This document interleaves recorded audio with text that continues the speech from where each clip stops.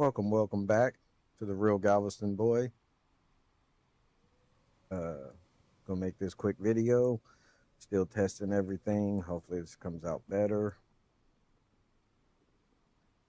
Everything's looking pretty decent. So,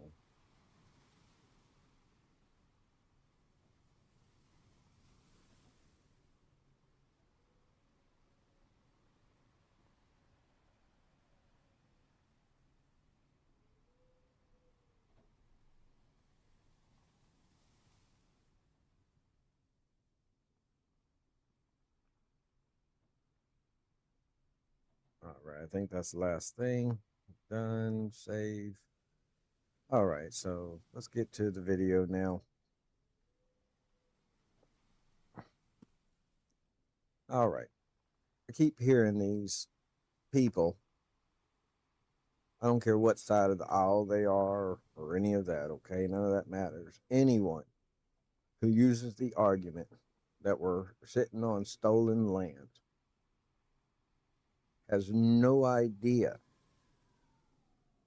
that they think they pulled that information as true information directly due to what happened to the Native Americans when America was found and then taken over / founded. So I'm here to set the record straight. And we also have a guy who's Navajo, who's not Cherokee Comanche, but Navajo, to speak on the subject also. So I'm gonna let him speak first. So let's get on over to the show.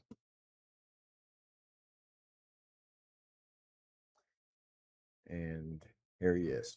Sorry, that's Lakota. So it gives me great.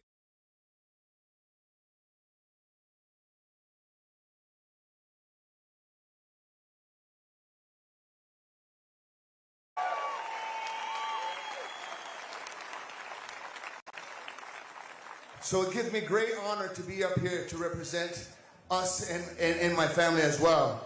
To start off again for this presentation, I'd like to acknowledge that none of us humans have formed any of these rocks or made any of these trees or any of these dirt.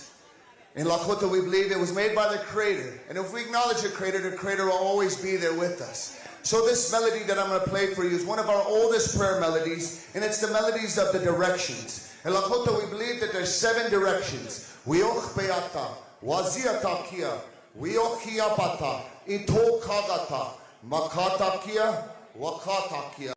Oyanke, the life we live is that 7 direction. So here's a prayer melody and a prayer song for you guys' travels and your time here.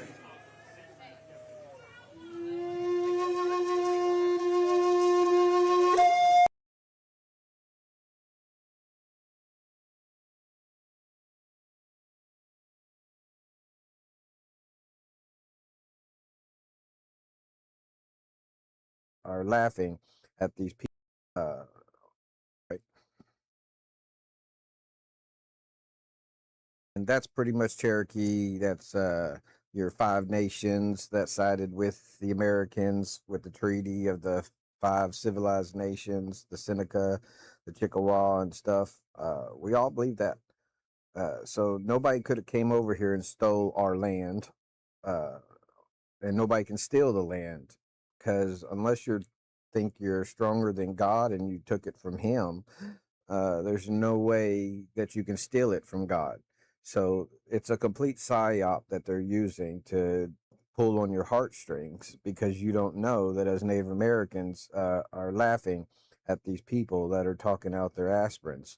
Okay, they're literally just making stuff up, and we typically do not like that as Native Americans. We don't like to be the reason or a reason that someone uses to manipulate people. So, out of the love that I have for America as a Native American descendant, uh, I have to say the same thing. It's no one can steal land from God.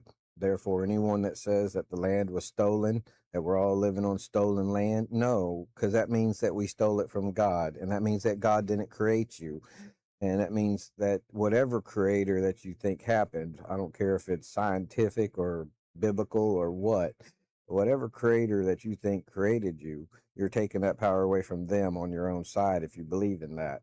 Uh, we occupy land, we conquer land, and most places say go out, be fruitful, and work hard in the land to produce what you need. But anyways, that's how us Native Americans feel about this, and I'm just tired, fatigued seeing these people use us in this way still to this day.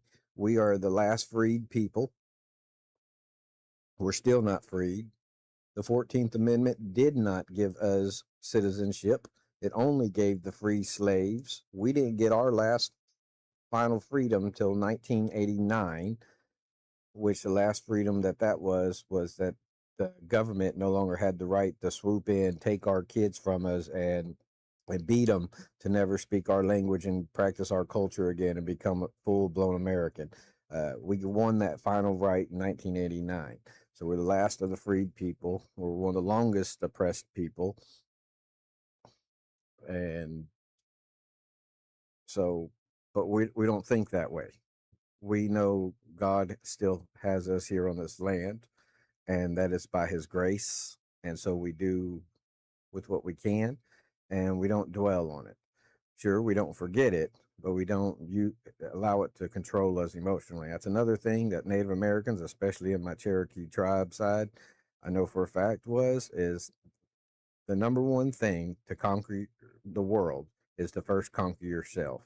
And in order to become a chief or an upper member, you first had to conquer your own emotions. And that was part of that was to never show them on your face, especially during the negotiations. No twitching of the eye when somebody said something that got you mad, none of that.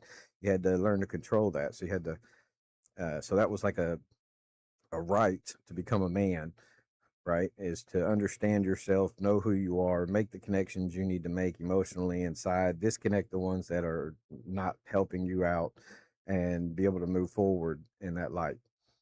And so that's my quick history of what I was taught on my two sides of the family through the Native Americans. And I'm not downgrading the German and Irish side that married in, that makes up my family today, because those two sides are wonderful just as much. Uh, So, anyways, that's all I had to do for today. Quick, short video. Leave a comment, like, subscribe. I don't subscribe to C-SPAN, and I'm not going to like this video because there is so much in here that they're literally psyoping people on. And I'm not going to do no more on this video. It's like 4 hours long or 12 hours. What does it say? 5 hours, 56 minutes long. So, anyways, I'm rambling now. Let me give another shout out to the person that made this possible. If you see my first 5, 6 videos, those are with the terrible mic sound. That's from a $15 mic I had that eventually broke, and while I was trying to do the trying to do the setup of the mic. So, anyways, it's the new mic and new boom arm, everything. Thank you for that special supporter, and I hope y'all have a good day. Peace, love, and remember, the journey always starts inward first before you can ever move it outwards. Y'all have a good day.